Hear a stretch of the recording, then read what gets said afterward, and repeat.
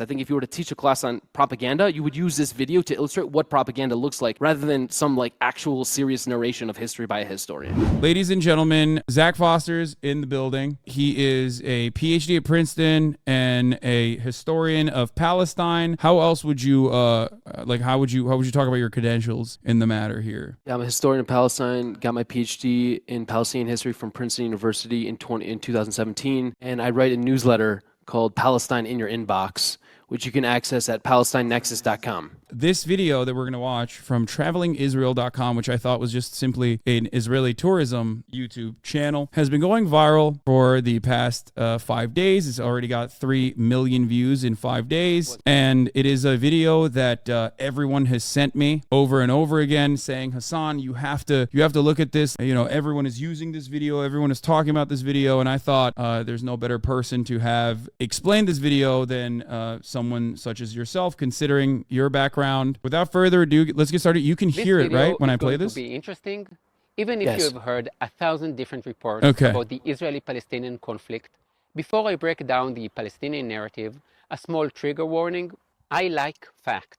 If you don't like what I'm saying, then bring me facts that contradict what I'm saying.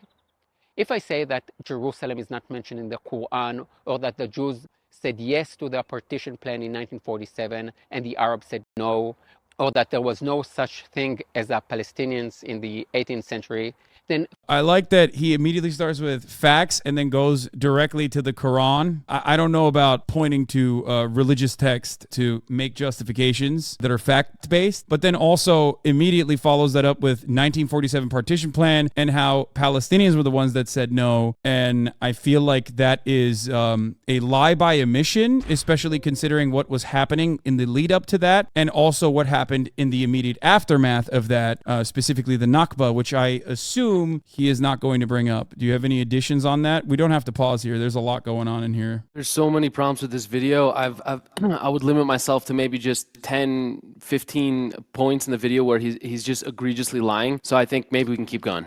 Okay. Feel free to prove me wrong. I'll speed it up. Send me a link to a letter from a pilgrim to the land of Israel who says that he met a nice Palestinian. And for your information, I am completely against the current government of Israel. The good thing about Israel is that, unlike most of the Arab Muslim countries, Israel is a democracy. I'm not afraid of the government preventing... Okay, no. Okay, I'm sorry.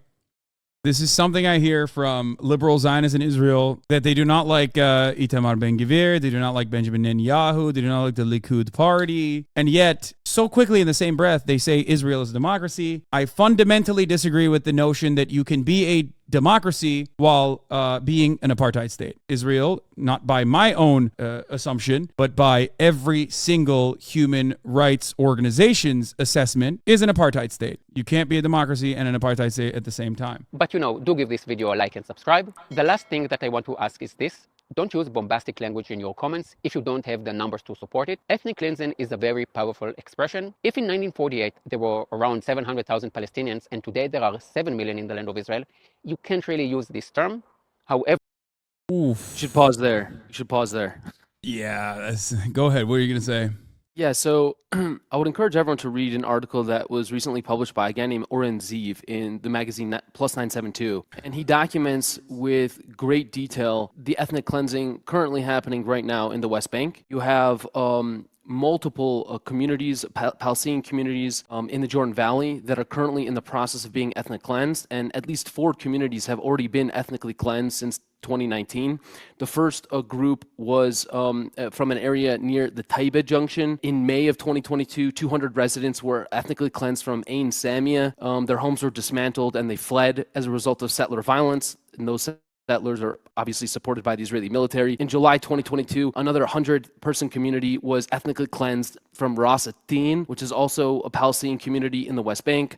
And then again in August 2023, you had 88 residents who were ethnically cleansed from El Qaboon. They were forced to abandon their homes as a result of settler violence and settler terrorism. The title of the article I'm referring to, it's called "It's Like 1948, Israel Cleanses Vast West Bank Region of Nearly All Palestinians." I also would like to add one addition to that as well. Here, I'll try to simplify it.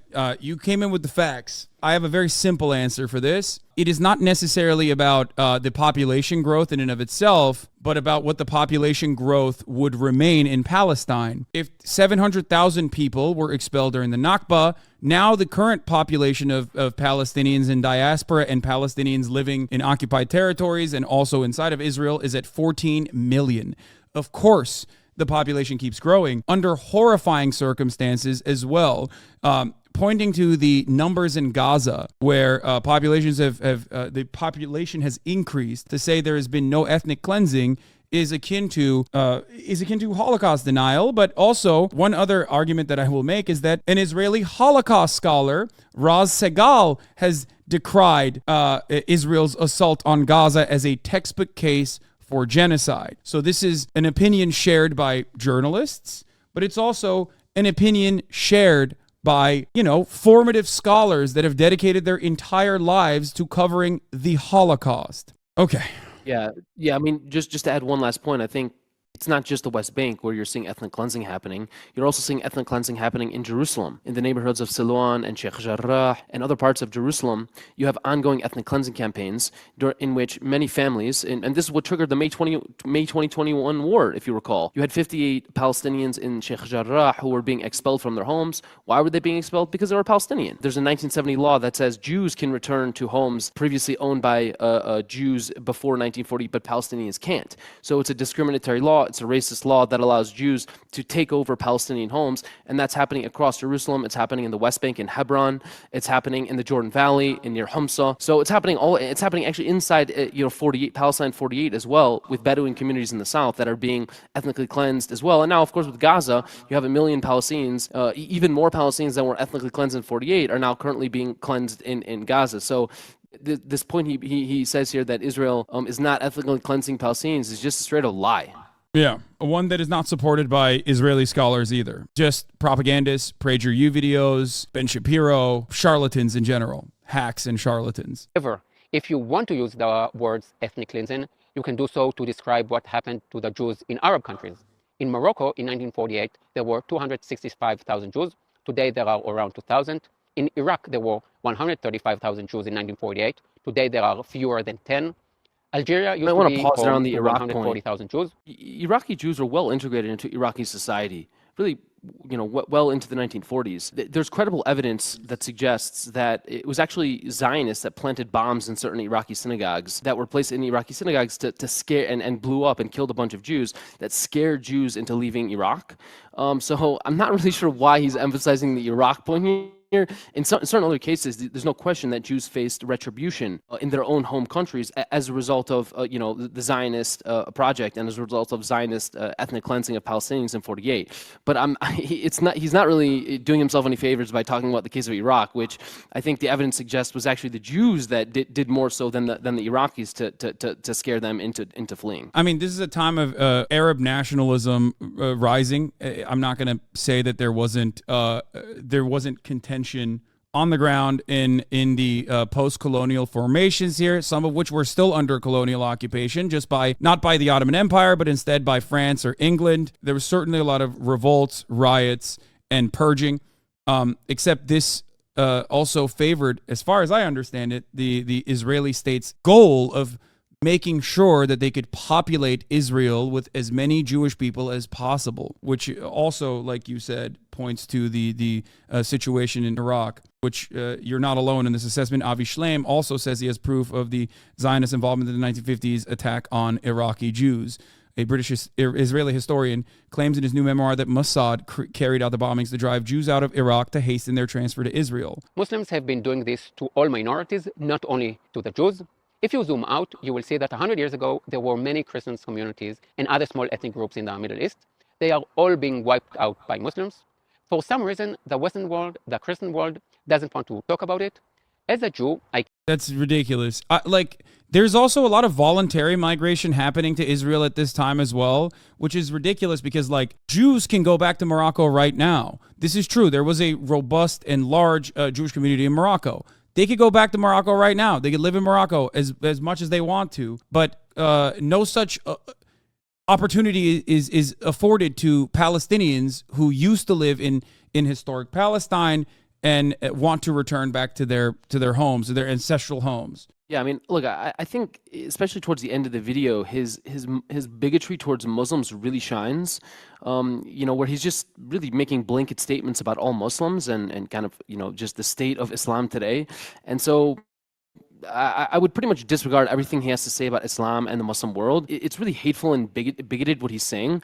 I mean, and it honestly has nothing to do with the broader point of the video, which is about Israel-Palestine. It's a case, it's a sort of a textbook case of whataboutism. This whole point here about, why is it that no one cares about other people in other places? Well, it's sort of like, well, why don't you care about the Uyghurs? Why are you making a video about Israel-Palestine? Why not the Uyghurs? Well, it's like, well, yes, there are a lot of other problems in the world, but like, you're making a video about Israel-Palestine, so let's talk about Israel-Palestine.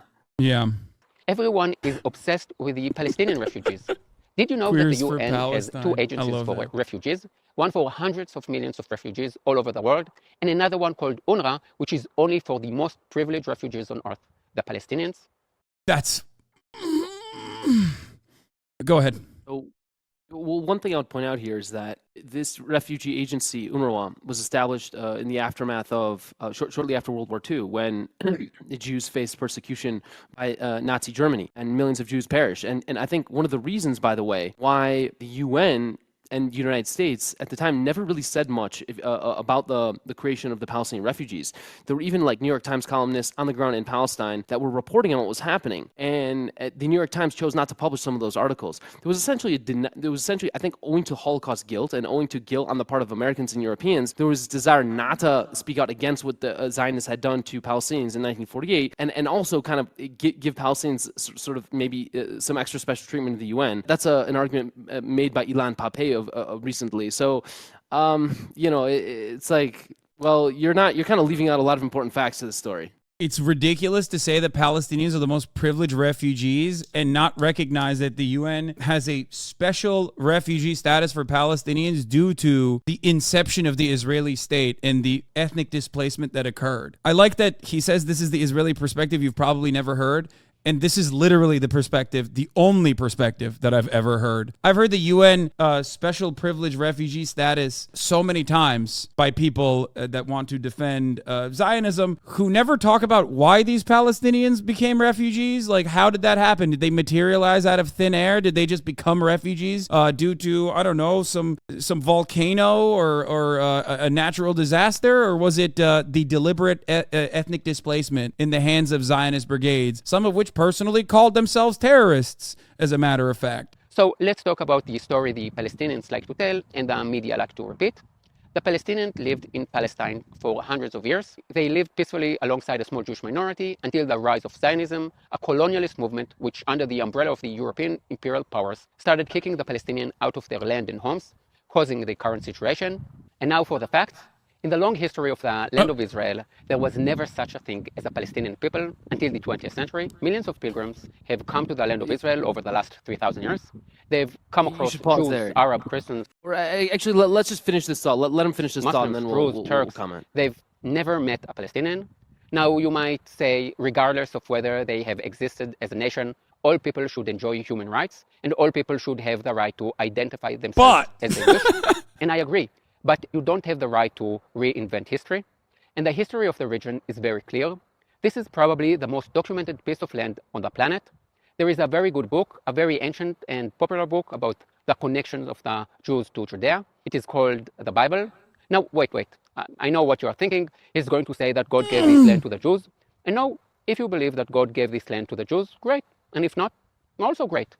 The undeniable point is that there is a strong connection between the Jews and the land of Israel. If you believe that your right to ethnically cleanse is dependent on whether or not your great-great-great-great-great-great-great-grandfathers and grandmothers lived in this country 3,000 years ago, then I suppose you make a good point.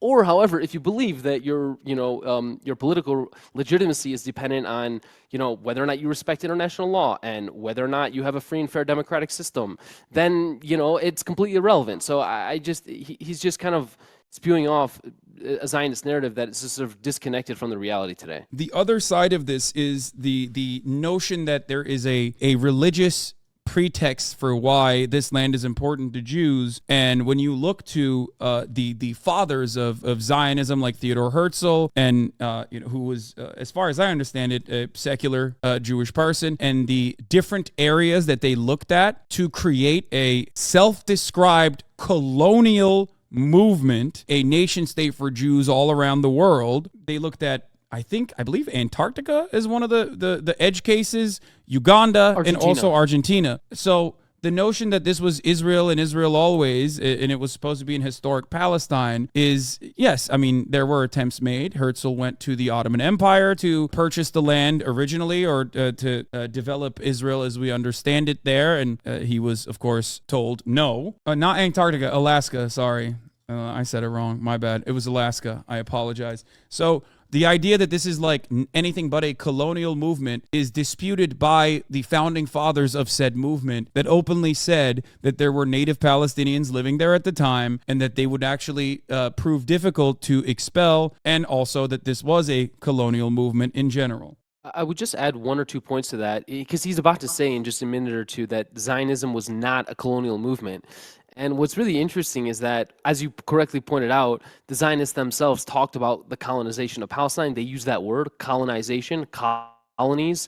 And in fact, for example, you have institutions called the Jewish Colonial Trust, the Palestine Jewish Colonization Society. And what's even more interesting is that one of the earliest and most important and most significant Zionists, his name was Arthur Rupin, who was basically in charge of the Zionist office that was based in Palestine in Jaffa prior to World War I. This guy, Arthur Rupin, so he's born in Poland.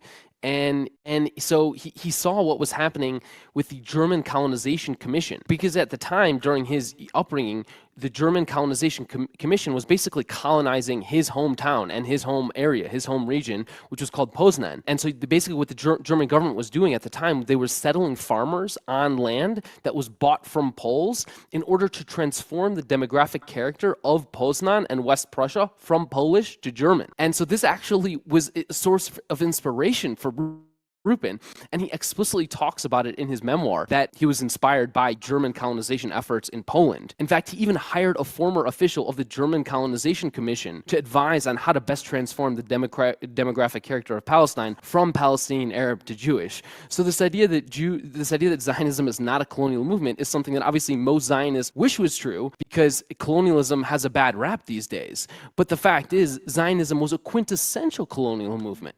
And in fact, it was a quintessential settler colonial movement. He's just spewing propaganda at this point, but we'll get to that point in the video very shortly. Under Muslim rule, Jerusalem was often a very neglected city.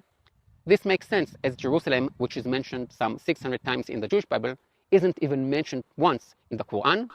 Chapter 17 of the Quran talks about the night journey of Muhammad. He ascended from Al-Aqsa, which means the most far away mosque. I would just say that all this history that he's narrating right now is completely irrelevant. Like, whether or not Jerusalem is holy to Jews or to Christians or to Sikhs or to Buddhists has nothing to do with ethnically cleansing Palestinians in 48. It has nothing to do with dropping bombs and killing 1,500 innocent Palestinian civilians in Gaza in 2014. It has nothing to do with 40 years of occupation. Why are you telling us all this? This is just not relevant to what's happening today. He's trying to pad the stats, because contemporary history proves him any defense of the Israeli nation state to be pretty morally repugnant, in my opinion. So that's precisely the reason why he's like going back to 3,000 years of history. The Jews had two temples on what is now known as Temple Mount.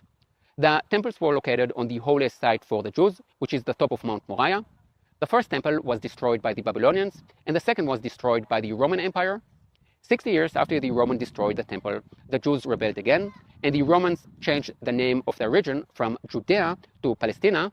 And this is how the name came to be. It was intended to disconnect the Jews from the name. That's Judea. A lie, by the way. I don't think it's worth getting into, but there's this myth among Jews that, Hadrian put down this revolt that, remember in 135 CE, you have this revolt by Bar Kokhba, who's revered among Zionists and Jews for, resisting Roman rule. And the story, the mythology goes, he, in order to, vengefully erase, the name Judea from history, he replaced it with Palestine. I've written about this in my PhD dissertation. That's just a myth. There's no actual evidence to support that. It's basically just been propagated by Zionists and Jews for the purpose of claiming that basically even the name Palestine itself is somehow like some illegitimate name. So, but it's just total nonsense and propaganda. Even the history itself. I mean, if you actually look and dig into the sources of like, did Hadrian change the name from Judea to Palestine? The answer is we don't know. It's just mythology. Since the 13th century, the Muslims haven't allowed the Jews to pray at their holiest site, the Temple Mount, and the Jews have had to pay extra taxes and... Wait, since the 13th century, they haven't allowed Jews to pray at the Temple Mount? Is that true? I thought that the Ottoman Empire, especially after the Ottoman control, it was like this area was where Jewish travel was perfectly permitted. So this guy's he doesn't really understand Judaism very well, because most religious authorities and most halachic authorities, it is forbidden for a Jew to go up to the Al-Aqsa Mosque compound to enter into what used to be the Temple Mount. Why is that? The reason is because in ancient times, in biblical times, the Jews went and prayed at the temple during 3 times a year. And the holiest day of the year on Yom Kippur, the chief Kohen, in the ancient world, the ancient Israelites had Kohanim, were basically the priests. And once a year, the head of the Kohanim would go into this room called the Holy of Holies, Kodesh HaKodashim. And this person, who's the holiest Jew, was only allowed to enter this one place once a year. And Jewish theology had it that if any Jew were to ever walk into that room and any other day other than that 1 year, it would be immediately killed, because that's the holiest site, that's the holiest spot in Judaism, and so only one person is allowed to enter that room once a year. If you actually ask most ultra-Orthodox Jews today, even many Orthodox Jews today, even many conservative Jews today, they will not enter the Al-Aqsa Mosque compound. They will not even go up there, okay, out of their own desire not to accidentally cross over that Holy of Holies place, that Holy of Holies site. They have even had to pay the Muslims a fee to pray at the Western Wall, the closest to the Temple Mount. There's another point here that I would make, which is that I think most historians agree that Jews fared much better in Muslim lands under Ottoman rule than they did in Christian Europe. It's a point I think that's pretty much accepted by all. I hate that. Yeah, I hate when they fucking look. Not to be too Turkish here, okay? Because, I shit on Turkey quite a bit, the Turkish government quite a bit. But that is pure ahistorical nonsense when you fucking act like the Ottoman Empire was not always a fucking safe haven for Jews historically oppressed by pogroms everywhere. They escaped Spain and came to Istanbul. Morocco was another place as well. The notion that Arabic populations have always been anti-Semitic is a really dangerous myth that is entirely removed from any kind of historical context whatsoever. Jewish people and Arabic people, including Arabic Jews in general, why is there Arabic Jews is a question you should be asking, have always coexisted in far better conditions than they did in Europe.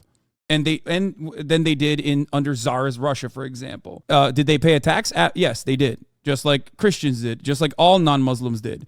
But they fared far better and had far better conditions always.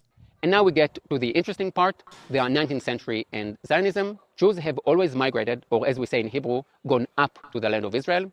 In the 17th and 18th centuries. That's a lie. So he's fundamentally distorting Jewish history. He's trying to picture that for hundreds, if not thousands of years, Jews have always been, as he said, Jews have always migrated to the land of Israel. I mean, this is just total nonsense.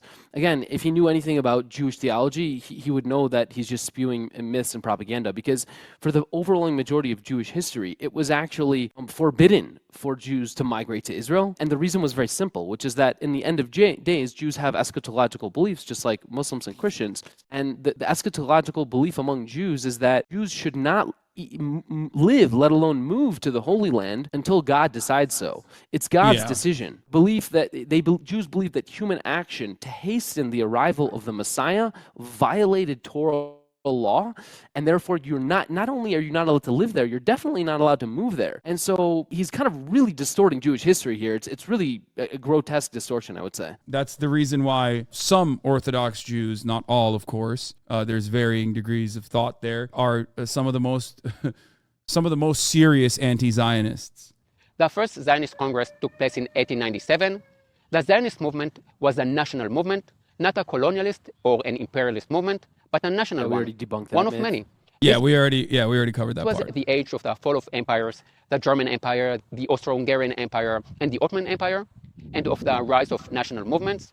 And the Zionist movement was the national movement of the Jews. It is as simple as that. In the first half of the 20th century, millions of people moved from one place to another. Yeah, I think I make this distinction quite frequently. I wonder what your perspective is as a historian. I talk about post-colonial nationalist movements being very different than like an established nation state engaging in a nationalist movement. The difference would be like Germany versus Pan-Africanist movements or Pan-African nationalist movements like that were launched against colonial occupation. Nationalism as a means of emancipation is very different than nationalism when you've already established a nation state. And for the Zionist movement to simply be considered a emancipatory nationalist movement, it would have had to existed under colonial occupation as a well-established group of individuals and not like 3% of the population total in historic Palestine that peacefully coexisted alongside the majority Muslim and Christian population,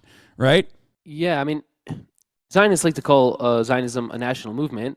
I think the more accurate historical framing is that it's a settler colonial movement. And what do we mean by settler colonial movements? You have many of them. They, to Australia, to the United States, to the Americas, to Canada. And I think what makes settler colonial movements is that the people who are leaving their home countries have made a decision to basically just sever their ties with that country. And that's why they're settler colonial movements rather than just colonial movements. Because, you have lots of colonies. You had a lot of, colonies all around the world. In most cases, those colonists wanted to preserve their connection to their home country. That was not the case with Zionism. In fact, and that's why some scholars have even called settler Zionism an ideal type of settler colonialism, because more so than almost any other settler colonial movement, the Zionists said, fuck Eastern Europe, we're moving to Palestine and we're not going back. Whereas many British colonizers and many French colonizers who came to the New World actually wanted to preserve their connection to their home countries. So strictly speaking, when you actually, if you ask scholars to say like what is the most ideal type of a settler colonial movement, I think Zionism ranks very high on that list. What's special about the Jews is that they never stole or used violence to take any land in the land of Israel. Here is a challenge for you. Give me the name of one village that the Jews stole from the Arabs from the 7th century when the Arab Caliphate colonized the land of Israel until 1947 when the Arabs started a war to wipe out the Jews. From the year... We can pause it if to talk about this, because first of all, I think this whole, like, strictly speaking, I don't have any disagreements, but he's losing, what's that expression? Like you lose sight of the forest for the trees.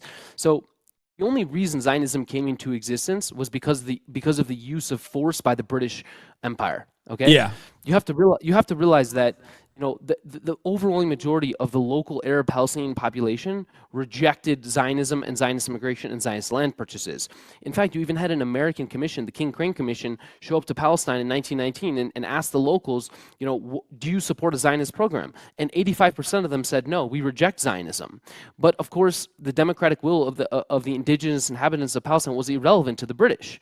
Yes. So and the British exerted a tremendous amount of force to suppress that will, and they suppressed protests with violence, and they completely ignored the petition submitted by the Palestinians. So it was, of course, through the use of force, of course, British force, but nevertheless, a tremendous amount of violence and force that brought Zionism into existence and enabled Zionists to migrate to Palestine. So again, he's kind of using facts to distort history. It's myth-making in a sense, right? Like, because that's why some historians will dispute the Nakba being like an organized effort by militant brigades that were trained by the British colonial occupying force at the time, and that they specifically had information detailing each Arab village and its occupants and points of entry and whatnot that they immediately seized on, or started seizing on even before, while the British occupation was still occurring in British Mandate Palestine. The reason why this is something that could be even disputed, I guess, because one, the Israeli government refuses to declassify this information despite the fact that 50 years have passed, and we're actually nearing 25 additional years on that 50-year passage of time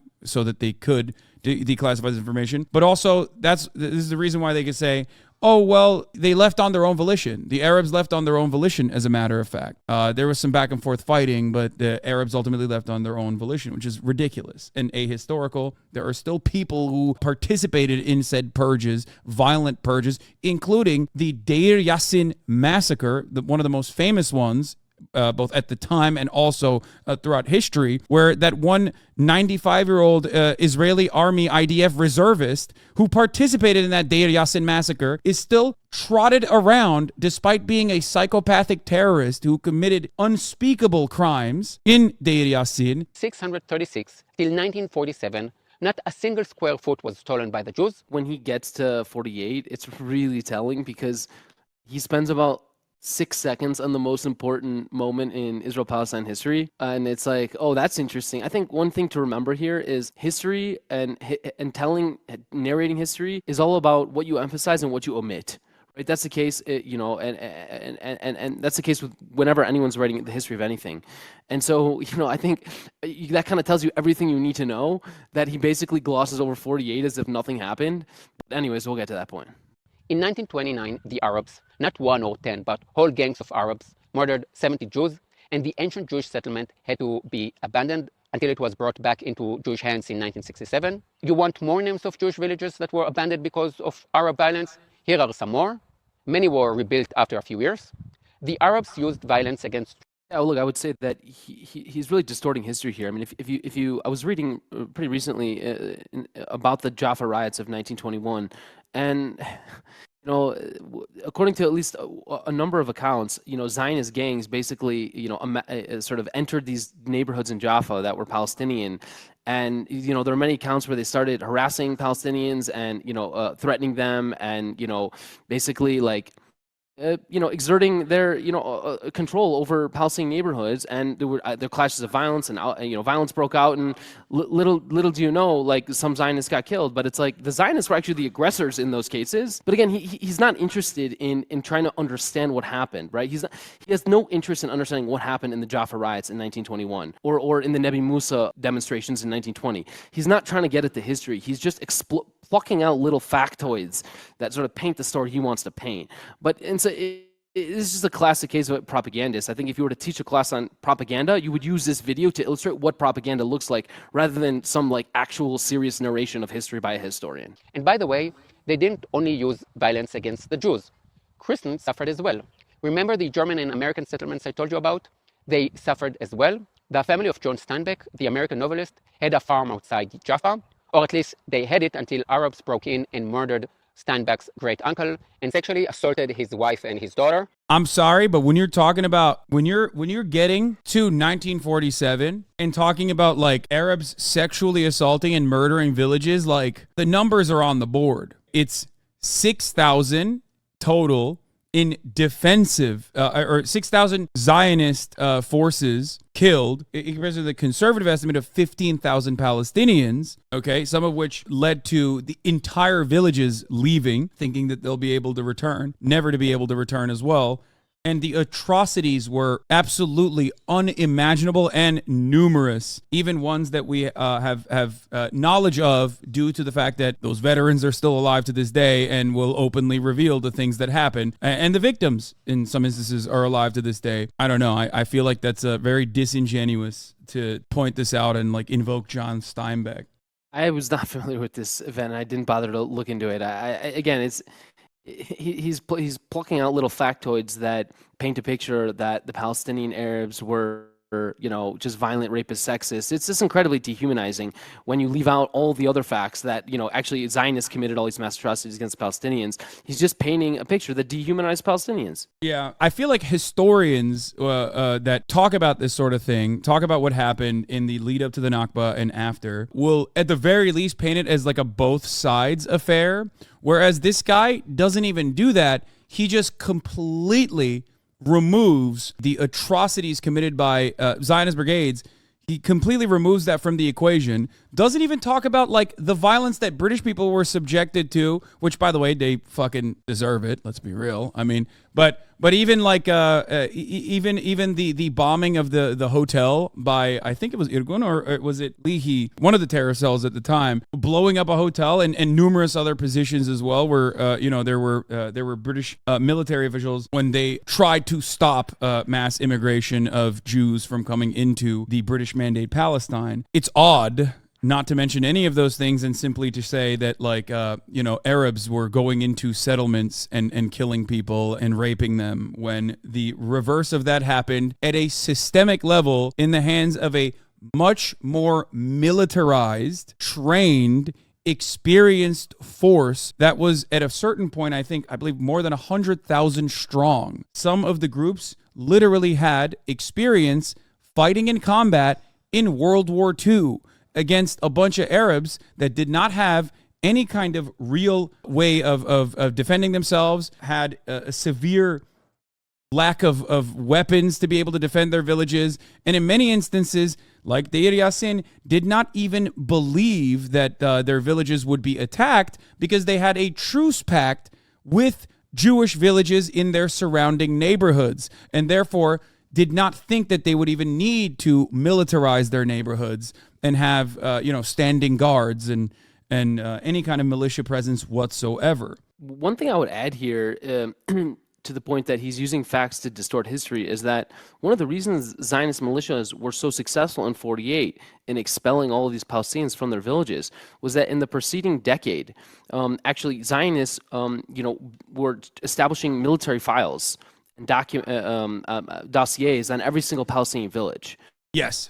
Ilan Pape writes about that in his book "Ethnic Cleansing of Palestine" in 48. And the reason those Zionist agents, spies, let's call them, were able to access those villages is because they were invited in and welcomed by the Palestinian Arabs. Yeah. In fact, to their own fault, actually, they were quite open and open-minded to the Zionists. And this goes all the way back to the 1880s and 1890s, when many of the first Zionist agricultural colonies failed. And it was actually only through Palestinian Arab assistance that many of them were able to even survive in those early few decades, when the Zionists were from Eastern Europe. They didn't know how to farm. They didn't know how to tend to their animals. And so actually so Palestinian Arabs assisted Zionists in those early decades, and then also we're generally speaking open and welcoming to Zionists, even Zionist spies and agents in the decade prior to 48. So again, he's using facts to distort history. The history of Palestinian Arabs is actually one which was quite, again, I think to the fault of the Palestinian Arabs, more welcoming to Zionists than it should have been. For the record, it's not just Ilan Pape,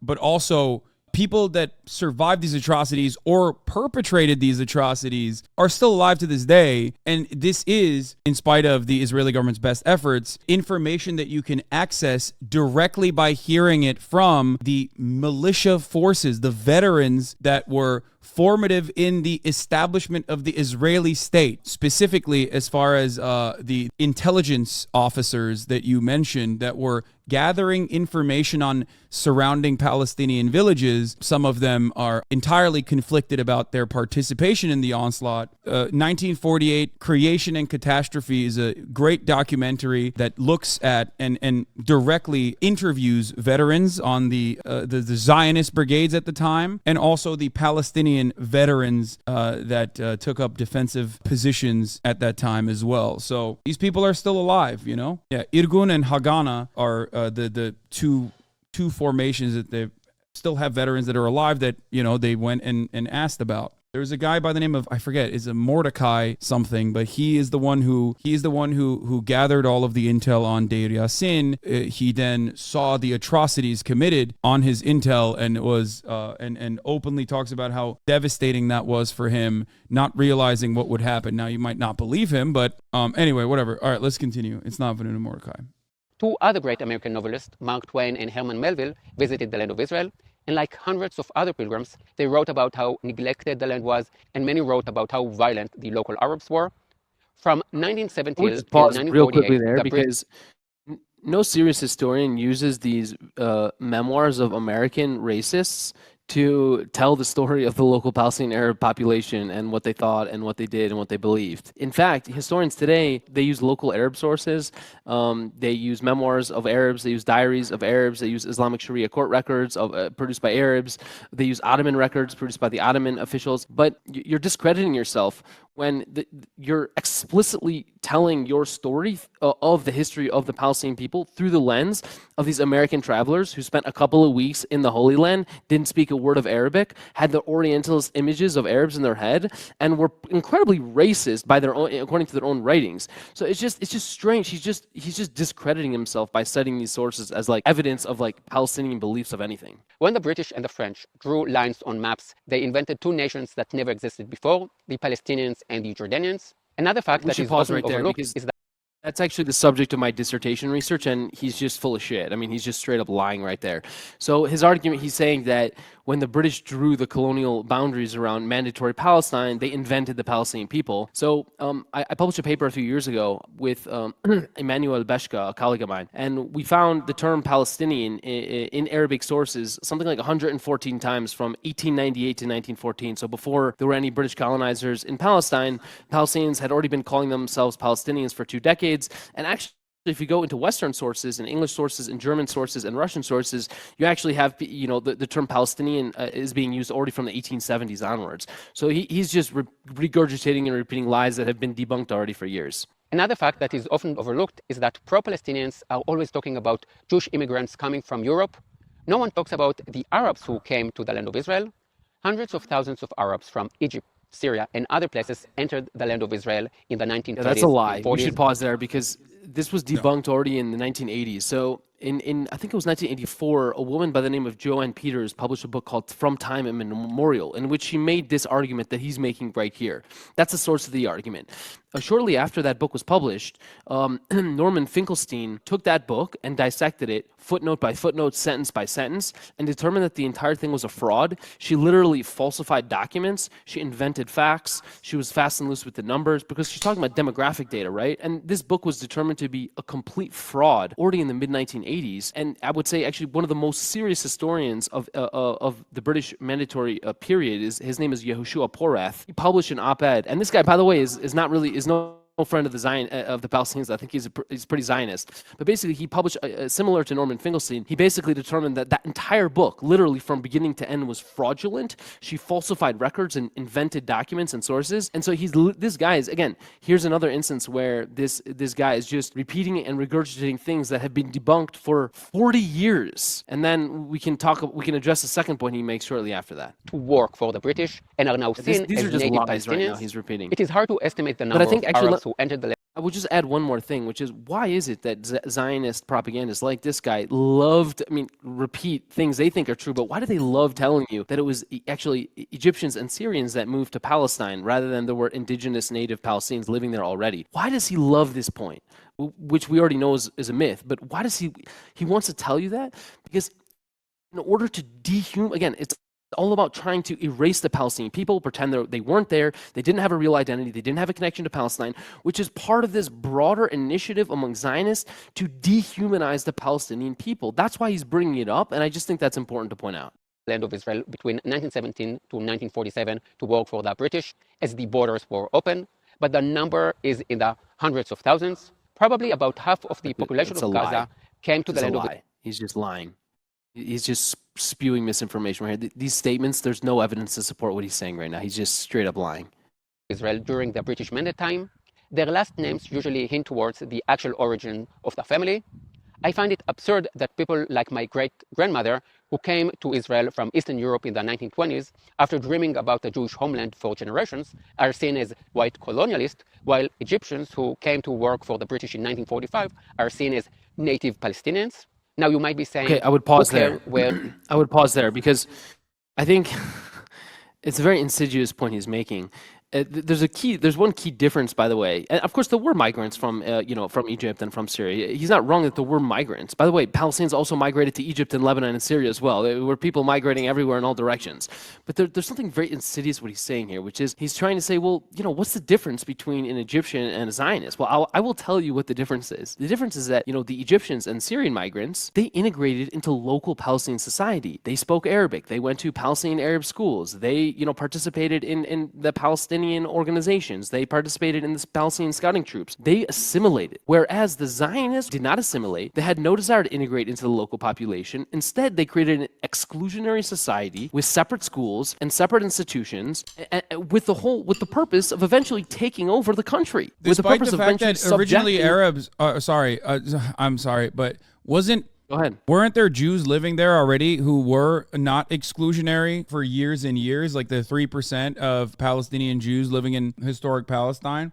100%. In fact, there were great relations generally speaking, there were great relations between Arab Jews, Arab Muslims, and Arab Christians on the eve of Zionist immigration. We have anecdotes from the literature.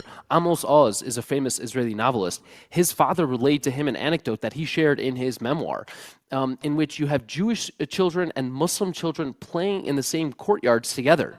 Okay, in Jerusalem, they shopped in the same street, in the same stores. They lived in the same buildings. They actually celebrated one another's holidays together. I know this is kind of crazy to think about, but Jews celebrated Ramadan with Muslims. Muslims joined Jews in places like Sheikh Jarrah to celebrate Jewish festivals together.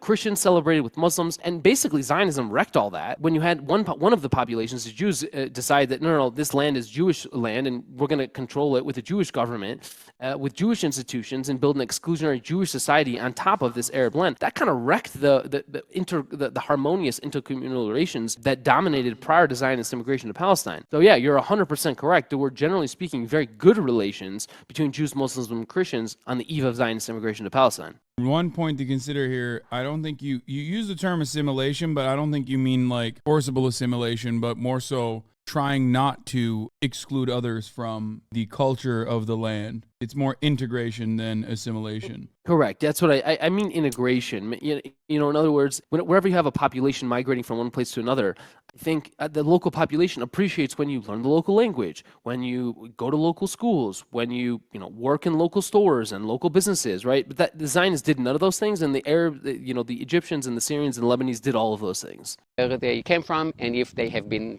here for generations, they have the right to self-determination. And again, I agree. In 1947, the UN proposed the division of the land into a Jewish state and an Arab state. The Jews said yes, and the Arabs said no, and then started a war in a bid to eliminate the Jews. The morning after the partition plan, Palestinians attacked Abbas and murdered 5 Jews. This is how the war was started. They were offered a state, they said no, and start murdering Jewish civilians. Yeah, this is pure garbo. Is there even a dispute? I feel like to say that this was Arabs immediately fighting against Jews at this point out of nowhere is a lie by omission, right? Like it's not like this started in 1948. That's exactly correct. I think the basic problem with this story, again, is plucking out facts to distort history, which is to say that to pretend like that there wasn't already 20, 30 years of rejection, of resistance against Zionism, that Zionism, wasn't fundamentally a violent movement that sought to displace and depopulate the land, I think is sort of the history and the context that's being left out here. And I think more importantly, what he does after, he basically says, and in the next minute, he says, well, you know what, like the Arabs started the war, so, it's their fault that there are 750,000 Palestinians, is a class at 750,000 Palestinian refugees. It's just a classic instance of victim blaming, especially when you consider that in the years after the war, Zionist forces, the Israeli government and the Israeli military shot live ammunition at the Palestinians who were trying to return to their homes after the war. And so to pretend like it's actually the Palestinians' fault that the Zionist forces expelled 750,000 Palestinians from their homes and then shot at anyone who tried to return their homes is just so grotesque and disingenuous. It's just a classic case of victim blaming, and you're completely leaving out the whole story of 1948, which we'll see in a minute. He just breezes right by it, but he just completely ignores what actually happened in 48, which was 800 Palestinians were massacred. It's not even 1948. The expulsions had started before 1948. The expulsions happened under British watch. The idea that this is happening in 1948 is ridiculous. There are first-hand accounts from British police that were there documenting the back and forth fighting where, once again, a tale as old as time itself, where the Zionist militants were significantly more powerful than the Arab militias were, which were almost always in a defensive posture in general. The other thing to point out about the partition plan, and I think you already mentioned this, but partition plan gave, I believe, most of the country was given to the Jews, even though they only constituted, I believe, 33% of the population of Palestine at the time, and the only reason they were 33% Jewish was owing to British violence. So even but on top of that, they only owned 6% of the land. Right? So they own 6% of the land. They're 33% of the population. The only reason they're that many is because of British violence. Even though they get like 55, 60% of the total surface area, of the total land of British Mandatory Palestine. So of course the Palestinians are going to reject that. It's completely insane.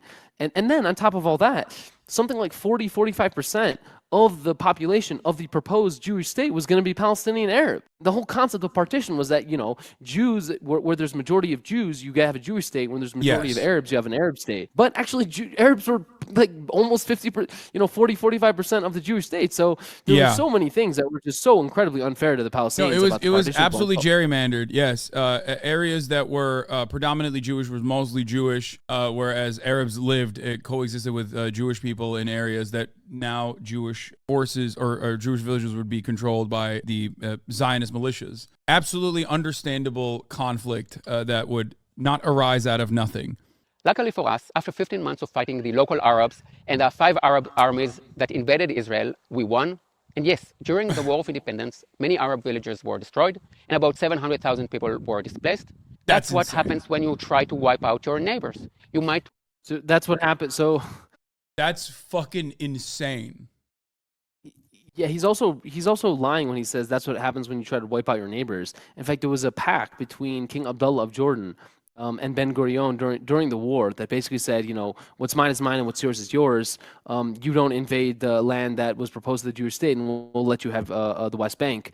That was actually an agreement. So he's totally wrong about that. In addition to that, the Zionist forces were actually much stronger than the combined forces of the Arabs, and so they got weapons from I believe Czechoslovakia during the war, and then France shortly thereafter. And so he's also just blaming Palestinians for being ethnically cleansed by Zionists. So I'm not quite sure how anyone can take you seriously when you say that. These expulsions early on were horrifyingly cruel by design and also well documented. Like you said, Ilan Papez talked about this and written about this as well, about the actual written cleansing inside of the Zionist brigades, like where they were very purposely, systematically wiping out entire villages, going in, doing horrifying things. The one example that I've used quite a bit is really horrifying, but this is from first-hand accounts of those who actually survived the atrocities in Deir Yassin, where the Irgun brigade had entered the village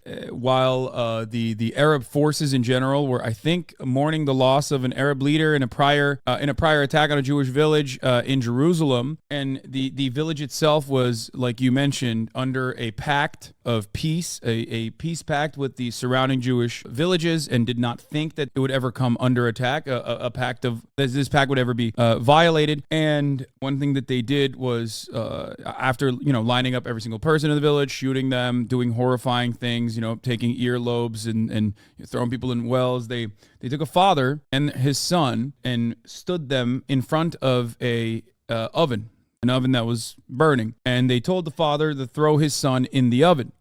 When he did not comply, they beat the father up, threw the son in the oven, and then threw the father in behind him anyway. This is first-hand accounts of some of the atrocities. They took the remaining survivors and brought them back, I believe, to Jerusalem, and paraded them as the people, as the onlookers threw rocks and trash and spit on the remaining survivors from said village until they actually killed the remaining survivors. Again, first-hand accounts from not just Palestinians who survived, but also Zionist forces that participated in the atrocities, and the veterans themselves have, mentioned this. This is like first-hand accounts from the direct veterans that were involved in it. Some say that the partition plan wasn't fair, as the Jews made up 1/3 of their population, but got 2/3 of the land.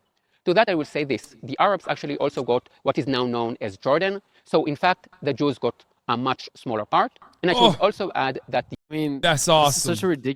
This is such a ridiculous point. The Arabs got Transjordan. There were no Jews living in Transjordan. I mean, do you want Jews to be given a country where they don't even live in? I mean, it's just such a ridiculous point.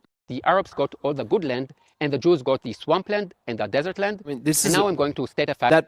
That point is also ridiculous, by the way, because the Jews migrated to lands that were swampy because that's where they were able to buy land. They were not able to buy land in the mountainous interior to the same extent as they were in the Galilee and the coastal plains. And so they were given the land. And so when the partition plan was devised, the whole concept was wherever there are Jews already living, that's where we're going to make a Jewish state.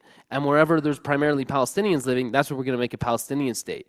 And so he's just sort of, he's like, well, but the Jews get given the swampy land, but that's because that's where the Jews were living, and that's where the Jews were able to buy land, and there are reasons for that, which are historical, which we get into if you're curious. But it's just like, it's just like such a ridiculous point he's making. Isn't that the basis of the? Isn't that the basis of the for a people without land, a land without people? Like that's the positive, I guess, as far as I understand it. Like, yeah, obviously Palestine was populated by people, but there were certain parts of this land that they did not have a lot of people in it, and that's what the original like kibbutzim formations were, right? I mean, like it wasn't always violent, is what I'm saying. It wasn't always done through violent means. Yeah, I mean, Zionists bought land wherever they were able to. Wherever there were Arabs willing to sell them land.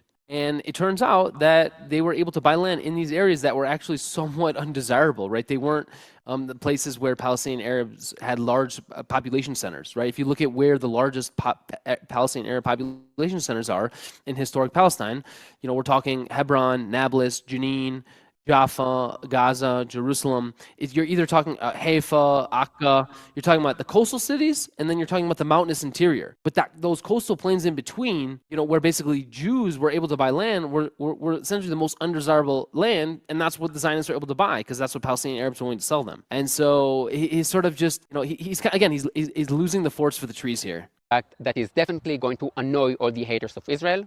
The Jews took the swampland and the desert land and made the impossible possible. Oh. We turned the land into gold.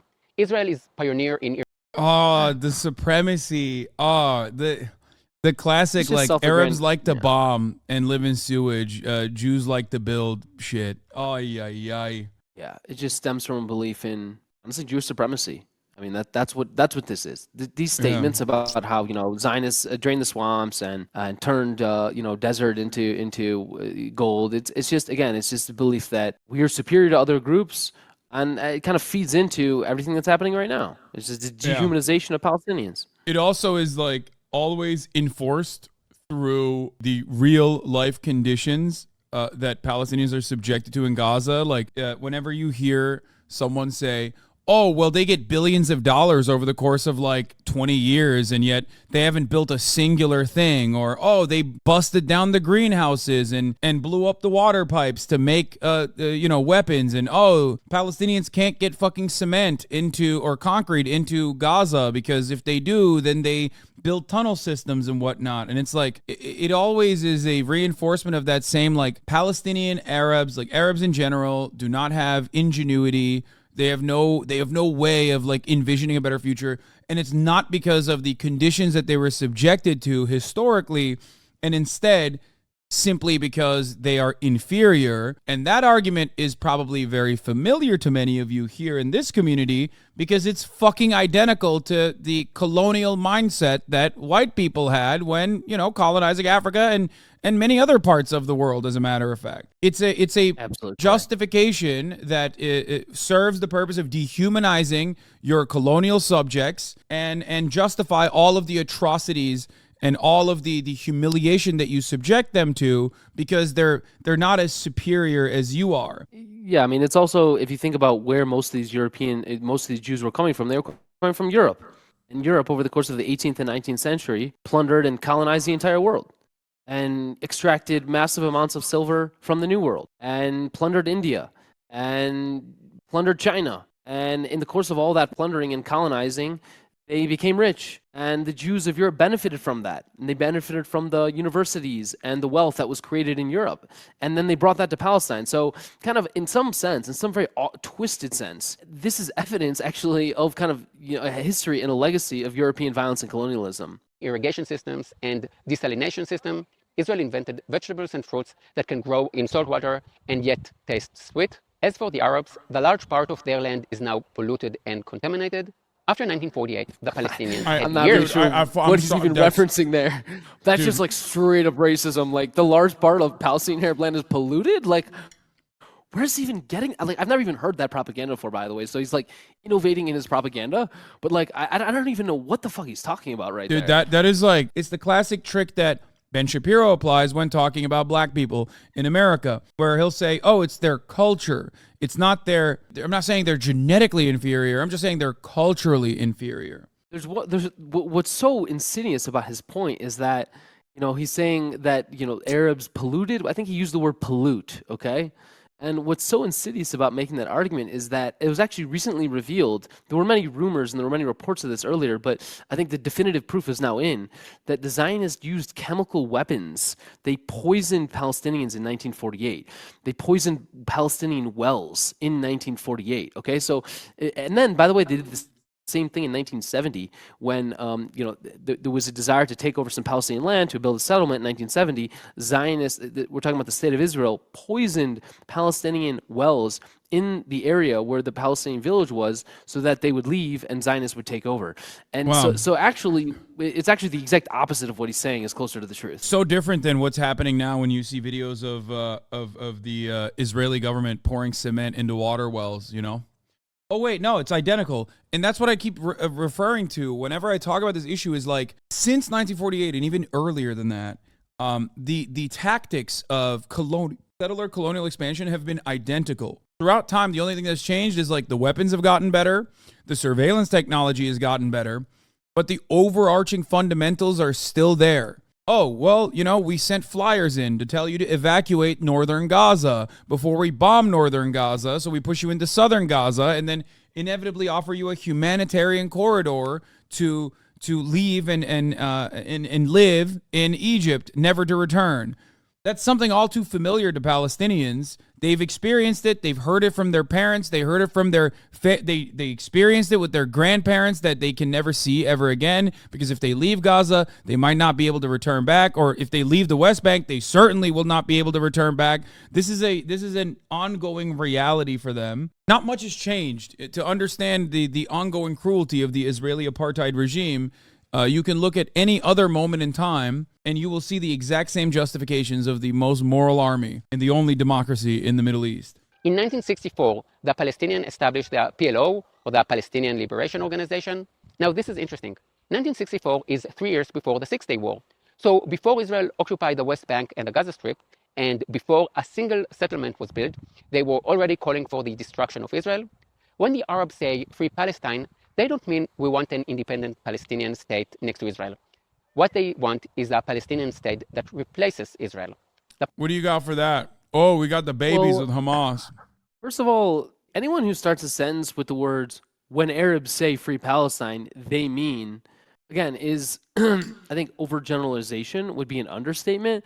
I mean, to paint all people, all Palestinians, all Arabs with a single brush is just like, racist. It's just ridiculous. Yeah, I don't know. It's sort of hard to engage with somebody who has no problem generalizing all people, painting all people with a single brush. Yeah, I think what's particularly odd about this footage he's showing here is that just a second ago he was talking about the PLO.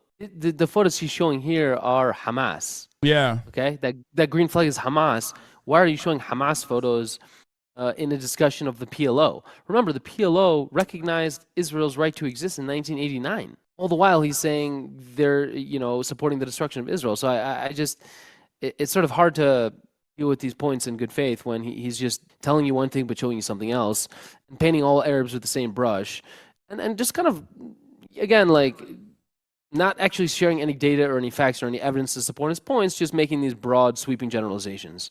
Palestinians kept rejecting all offers made to them from 1947 till 2008.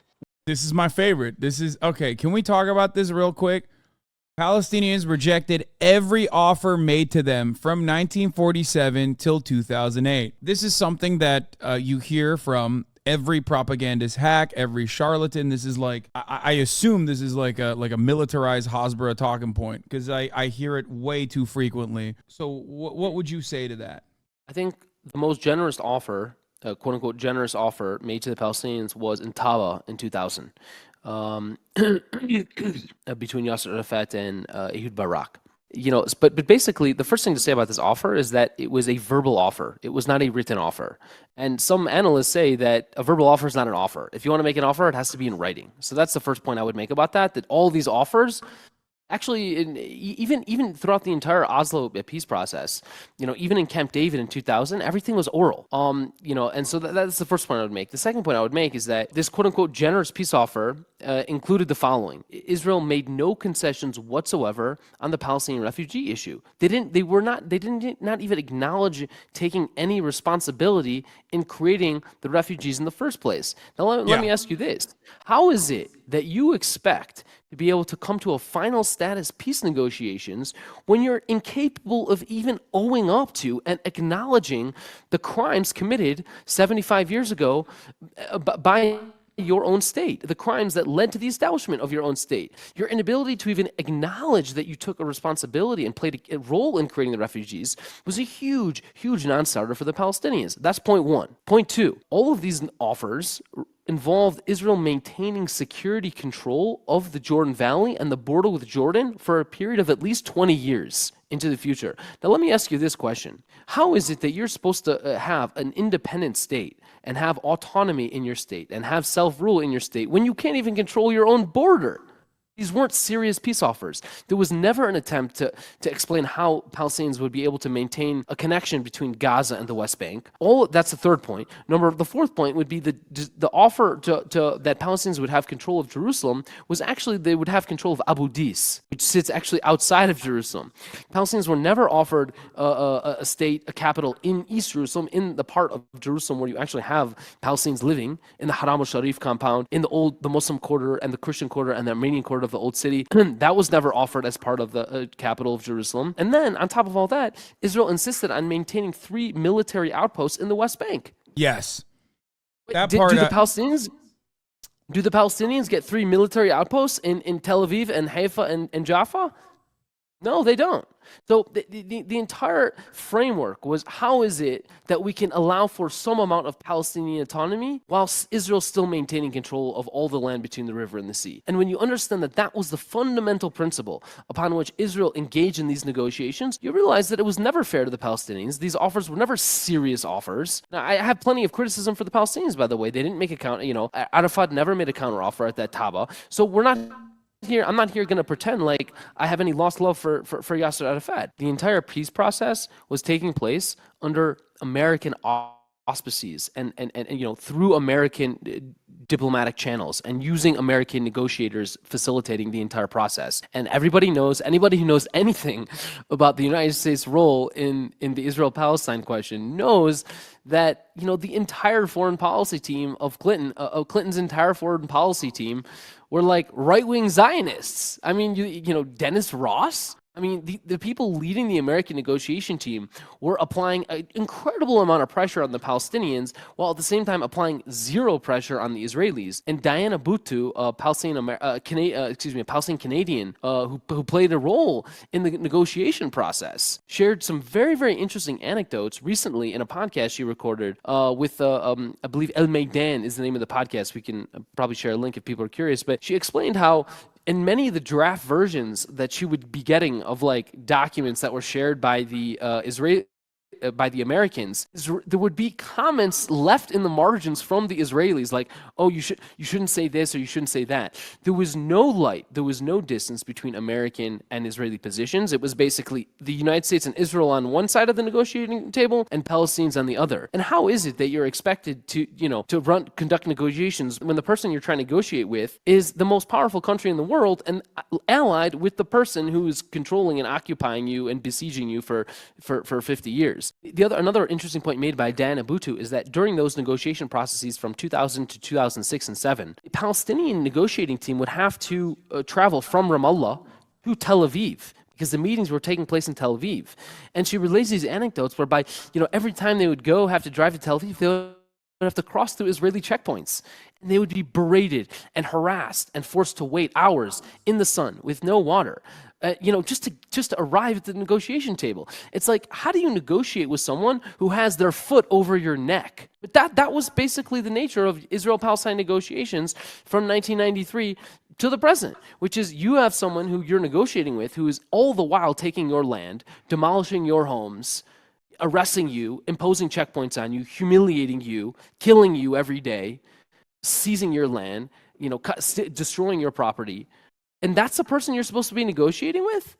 There's some semblance that these were fair negotiations? For those of you who don't understand the circumstances on the ground, the apartheid state is strengthening its grip around the Palestinians. The occupation is worsening, and the what B'Tselem calls the permit regime is being enacted. And slowly but surely, freedom of travel is lost in this time frame for Palestinians who used to be able to freely travel from, ostensibly, from the West Bank to Gaza to Israel proper even, and work in these areas. And the situation worsens in dramatic ways that they can experience and see, humiliating in many ways. So I think that this is an important factor to consider when discussing it. You have to comprehend that this is like every aspect of your life, and everything that you've known and your normal day-to-day existence is being destroyed systematically by an incredibly militant state that very openly is saying your existence on this land, on your ancestral home, is contentious. Let's finish this off. When Ehud Olmert, the Israeli prime minister, offered the Palestinians all the West Bank and East Jerusalem as their capital, they said no to every offer that was made to them, invested all the money they received from the world in terror, and then cried that they were their victims. Look, at this point, he's just speaking in such extreme generalities. Like, all the money was used for terror. It's just like, you don't need to respond to someone who's sort of speaking with grotesque overgeneralizations. So, he's just kind of showing his own hand right now. He's showing his true cards, which are, I am deeply anti-Palestinian. I am super racist against Arabs and Muslims more generally, and I have no desire to actually understand what Palestinians were using their money for and what they weren't. Zach, can I say something here, though? I can't believe I'm saying this, but given the audience, I think it's still important to not just say that this is racist, but also offer counterexamples, because many people receiving this information also have the same racist principles. First of all, I would say that, a lot of the money that was funneled from Western governments and the EU and the United States to the Palestinian Authority was spent on security services, okay? And this was very much part of the entire concept, which was Israel wanted to outsource its occupation and the control, the policing of the occupation, right? The police who are standing on the streets making sure there aren't protests. Israel wanted to outsource all that to the Palestinian Authority, right? How did they do that? Much of the money was spent on guns and weapons and security and helmets and other things that were needed to patrol and police Palestinians. This was basically the kind of the, if you really want to understand what Oslo was all about, it was Israel saying, how can we offload this issue? How can we offload controlling Palestinians to the Palestinian Authority themselves? Because the whole concept was Israel was always going to maintain total security control of everything. That was essentially embedded in the Oslo framework, was the primacy of Israeli security needs. Everything else was secondary, right? That was kind of if you really had to say what was Oslo, it was, how can the Israeli government offload the policing of Palestinian streets? It didn't want to do that, because it saw what happened during the first Intifada when Palestinians rose up against the occupation and started throwing stones at soldiers and tanks. And so Israel didn't want to be policing the streets anymore. And so it was like, how can we basically still maintain control of everything, maintain the occupation, maintain the control of the maritime coastline, and maintain control of the Jordan Valley, and then maintain control of the entire borders of all of Israel-Palestine, while at the same time extracting ourselves from those day-to-day kind of violent encounters. Let the Palestinian security forces do that. I think, and so yeah, that's what a majority of the money was spent on that. This also, I think, is important to understand in analyzing contemporary Palestinian existence. And you saw an aspect of this yesterday when the West Bank was not protesting the Israeli occupation, but what they see as an extension of said occupation, which is a boss. The Palestinian Authority, as far as I understand it, is quite contentious at this point, because it has basically become another imperial vestige, a part of the Israeli security apparatus, routinely working against the interests of Palestinians, as the Israeli government, through endless settlement expansions, have partitioned off the West Bank in its entirety and has made Palestinians' lives in the West Bank unimaginably awful. And now Palestinians see the PA as a group of individuals who like give up 14-year-old stone throwers to the IDF when asked for it. I think that certainly is the Israeli design for the situation in an effort to slowly but surely push people further and further into the hands of more radical fundamentalist Islamist groups like Hamas and portray all Palestinians as Hamas in an effort to, complete the ethnic displacement and find the justification from within that, oh, well, all Palestinians are Hamas. They all want the old Hamas charter, the 1988 charter. Look at their old charter where they said they want to expel all Jews by force. I don't know. Do you disagree with anything I said so far? It might be I might be reductive. No, I think you're completely right that most Palestinians see the Palestinian Authority as part of Israel's occupation rather than representing some kind of rejection or resistance to it. I mean, this has been the case for a long time now. Just June, July, when Israel went into the Jenin refugee camp and leveled, an entire neighborhood, displacing something like 3,000 Palestinians from Jenin. In the aftermath of that heinous attack, Palestinians held funerals for the Palestinians who were killed during that attack. And there were a number of senior PA officials that showed up to the funeral. They were booed. They were forced out. They were kicked out of the funeral procession because there was no desire. There was no interest in having these PA officials who themselves allowed the Israeli forces to enter Jenin in the first place. Remember, Jenin is ostensibly under the control of the Palestinian Authority.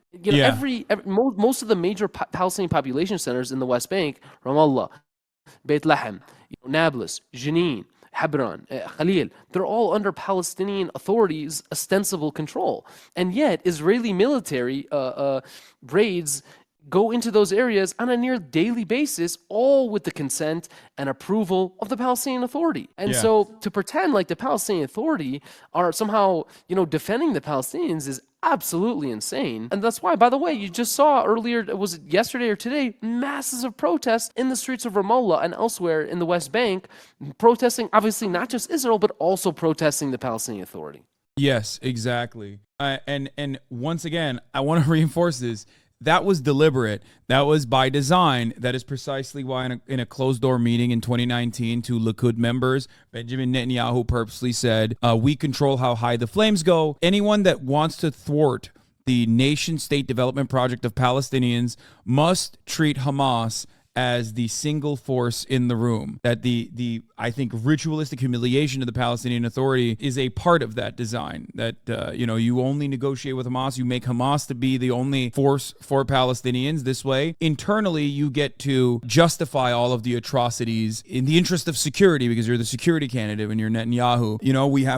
We have to consistently squeeze the Palestinians over and over again, and I think that is by design, like I said. And that was actually well reflected by not just like Gideon Levi, but many other Israeli thinkers, even the entirety of the editorial opinion board of Haaretz, right? I mean, this is precisely what they were saying when they said October 7th is entirely in the hands of a security candidate that claimed that he could keep Israelis safe and secure and failed on that promise because they kept pushing and pushing and pushing and being more and more violent. Yeah, look, you don't need to trust Haaretz or Gideon Levy. You can just look to the statements of Israel's right-wing leaders themselves. Bezalel Smotrich, who's currently the finance minister, said, I believe it was in 2015 already, so we're going back 8 years, he said, Hamas is an asset, while the Palestinian Authority is a liability. Why is that? Because the Palestinian Authority is the people you have to deal with to create a Palestinian state. But if you empower Hamas, then you don't have to worry about ever having to give up any land or ever having to give up a Palestinian state because the entire world rejects Hamas, and so that's a non-issue. So basically, number one, Hamas is the asset because you have the right wing doesn't want to create a Palestinian state. Number two, Hamas is strengthened and is allowed to exist and persist and even strengthen itself so that Palestinians remain divided. And this has long been a tactic of Israel to drive a wedge between different Palestinian factions. That was the entire reason why they funded and supported Hamas in the early 1980s, was to drive a wedge and try and undermine the Palestinian Liberation Organization, the PLO, their main adversary at the time. Yeah. And so this has been a long-standing Israeli tactic, which is to divide and conquer. It's a colonial strategy, by the way, no surprise. But you're 100% correct.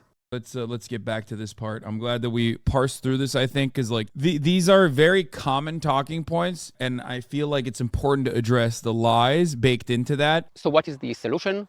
When will there be peace? Not in the near future, because this conflict is not about the land. I've already told you that even before the 6-day war. Yeah, I mean, if he puts more fucking photos of little kids, I'm gonna lose my goddamn mind. This is so insane. Like, what purpose does it serve other than to say like Palestinians are little fucking demons? Even as a child, look at them, like they're playing with RPG toys and shit, not understanding that like these are the conditions that you have subjected fucking children to, that all they know is an endless amount of fucking violence that they see or they've been taught is like the only emancipatory mechanism out of that is by fucking putting on a goddamn rocket propelled grenade over your shoulder. When you grow up in Gaza or the West Bank and you're subjected to daily harassment, daily checkpoints, daily home demolitions, daily land confiscations by Israelis carrying guns, driving in tanks, rolling through your towns and streets with their armored vehicles and their machine guns. It's like, what the hell did you think would happen? Yeah, ridiculous. War, and even before 1948, the Palestinians were trying to wipe out the Jews. Here is another example. Take Gaza. In 2005, Israel by the withdrew from way, the Gaza Strip. just a quick point there. For decades before 1948, Zionists were debating how exactly they were going to establish a state in a land that was majority Arab Palestinian. How do you establish a Jewish state in a land that's mostly Arab Palestinian? In fact, you know what? And so they debated it. Some people were like, well, maybe we can convince the Palestinians to leave voluntarily. And then others were like, you know what? They're probably not going to leave voluntarily. We're probably going to have to expel them. And that was the debate that Zionists were having in the late 30s and 1940s. And so his point is literally you could really just flip Jews and Palestinians in this sentence right here, that Palestinians were trying to wipe out the Jews. If you flipped it and said Jews were debating how to wipe out Palestinians, that would be much more accurate. Here is another example. Take Gaza. In 2005, Israel withdrew from the Gaza Strip. Gaza is an Israeli and Jew-free area. The Palestinians get more money than any other group on the planet. This is one of the most insidious of all the lies. Yeah. Israel withdrew, and Israel no longer controls Gaza. I mean, okay, well, let's see. Israel controls 6 of the 7 land borders and colludes with Egypt to control the 7th. Israel controls the coastline. Israel controls the airspace, the groundwater, the telecommunication networks, and thus internet access via those telecommunication networks. It also controls all the electricity that goes into Gaza, and it controls the population registry. So to pretend like Israel doesn't control Gaza, it's like, what kind of fantasy world are you living in? If Israel doesn't control Gaza, then why don't they just leave? Why don't they just get on a boat and leave? Yeah, why can't Gazans fish beyond like the 6-mile coastline that was designated for them? Or why can't Palestinians have an airport? There was an airport there in 2001, right? I mean, in 2000, there was an airport there. What happened to the Palestinian airport? Why can't they rebuild it? Now, the answer, depending on what seasoning of ultra-Zionists you're talking to, will range from, well, it's a security concern to because they're inferior and therefore they don't like to build. And they only use all the concrete for tunnels and throwing bombs into Israel. But the real answer is because Israel bombed it, and then they refused to allow Palestinians to rebuild it. That's the real answer. That is 100% correct. Yeah. From the U.S., from the European Union, from Arab countries, from the UN. And what do they do with this money? Infrastructure, education? No. They build tunnels and buy weapons to kill Jews. I'm sorry. I love this argument. It's so psychotic. It's a reinforcement of I am reminded originally of the time when this person said he does not like Benjamin Netanyahu, and he posted a photo in the beginning, I don't know if you remember, where he's like, Itamar Ben-Gvir and Benjamin Netanyahu, I disagree with them. What does he disagree with them on? Because this is like straight hyper right-wing, ultra-nationalist, ultra-Zionist propaganda. What do you disagree with them on? You don't disagree with them on the practice of like saying all Palestinians are fucking Hamas and that all Hamas is doing is like taking the money from the international community and like building AK-47s. You know what I mean? Like that's. So what is it? Well, where is the difference in agreement there? I mean, look, for a long time, tunnels were used to import and export to build an economy, right? Because Israel imposed a 16-year blockade and siege on Gaza that prevented things needed to live a basic human life, like cement, to rebuild all the buildings that were bombed. You know, Hamas built tunnels connecting the Egyptian side of Rafah to the Palestinian side of Rafah in order to be able to import and export everything, right? This was part of, being able to build a normal economy. So, it's just sort of trying to put things in context here. It's like, in addition, I would say, you know how much Israel spends on its military, And by the way, the United States contributes to that. The United States gives Israel $4 billion in military aid every year. Why doesn't it? So it's like, well, you're going to criticize Hamas for, buying, getting weapons, but what about Israel? It's like, well, Palestinians kill Israelis and Israelis kill 100 times as many Palestinians. You're not criticizing the weapons Israel gets and only the weapons that Hamas gets. It's just a double standard. Yeah, because you slap the terrorist designation on it and there's no like ministry. That's why you hear it all the time when people just go like, well, it's the Hamas health ministry that said this, or it's the Hamas this that is trying to engage in trade. And it's like, well, then all matter of trade that Palestinians are supposed to be doing in Gaza is just all terrorism. That is by design. That is the purpose of propping up Hamas and then saying like this is a violent terrorist organization that does brutal things. And there is some truth to that, obviously. There is a lot of violence that occurred. Yeah, Mohammed Al-Kurd had a nice video where he illustrated how everything in Gaza is labeled like Hamas-run health minister, Hamas-run hospital, Hamas-run education, Hamas-run blah, blah, blah. And it's like, well, it's like there's a very specific reason why media outlets are doing that, right? It's like trying to brand everyone and everything and everybody in Gaza as a terrorist. Yeah. And it's like incredibly dehumanizing. Like doctors are terrorists, school teachers are terrorists. It's disgusting. The Hamas constitution makes it very clear. The first sentence is, Israel will exist until Islam wipes it out. It doesn't say we want peace. It doesn't say we want a Palestinian state. Yeah, no, as opposed to like the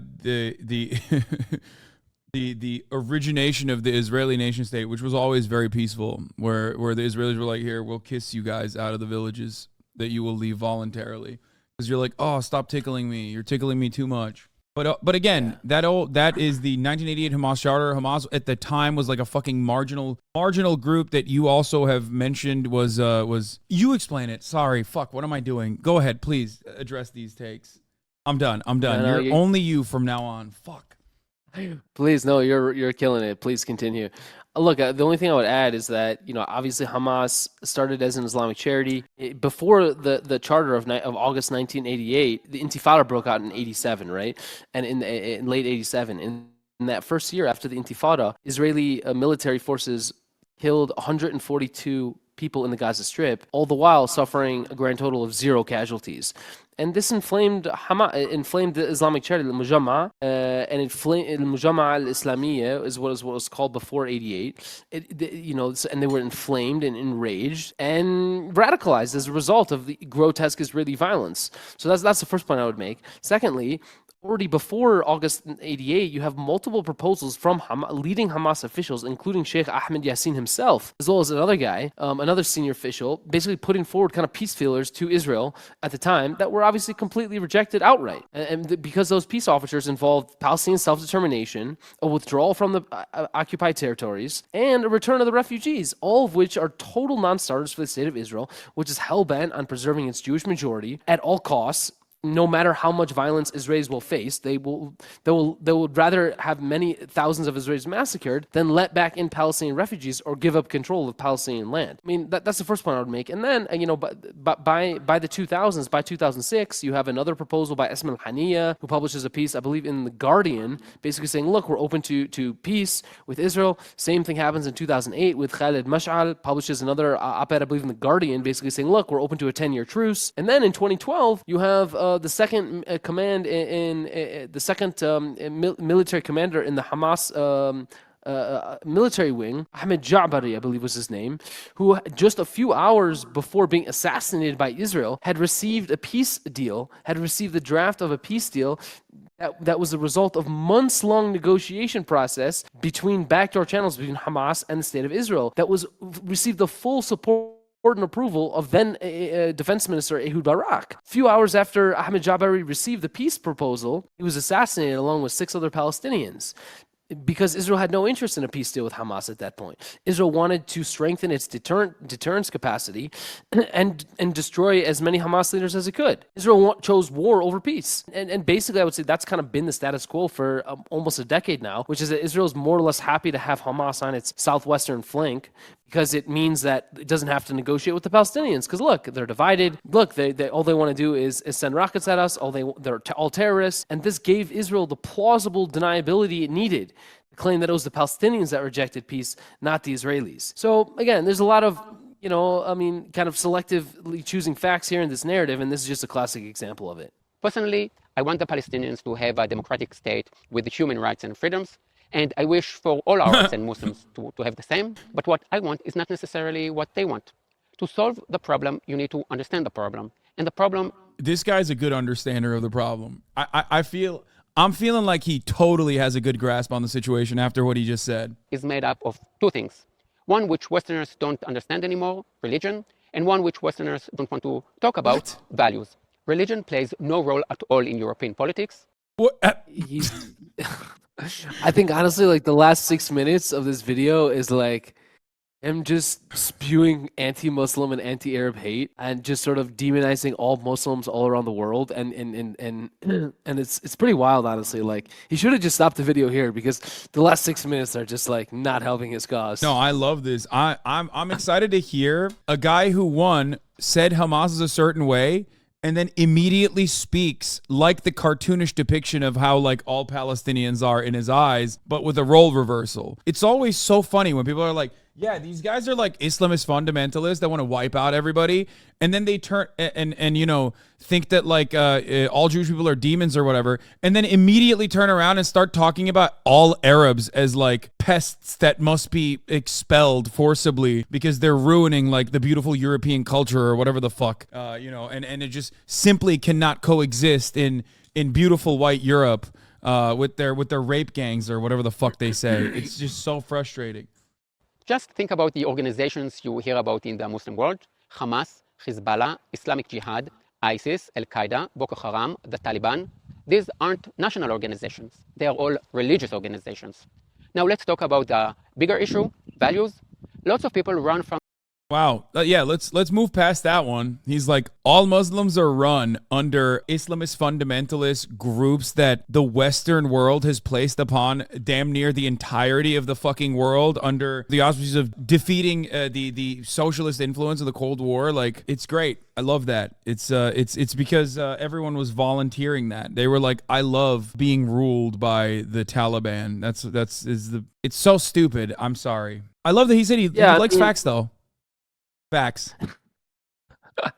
Well, look, I think when thinking about religious violence, I would say that you really do need to take a bird's eye view here, because otherwise what you're actually doing is you're trying to understand political and social and economic history rather than religions and religious history. And when you kind of zoom out and take a bird's eye view, Christians have been some of the most violent and some of the most, and have used Christianity in the name of violence as much as anyone else historically.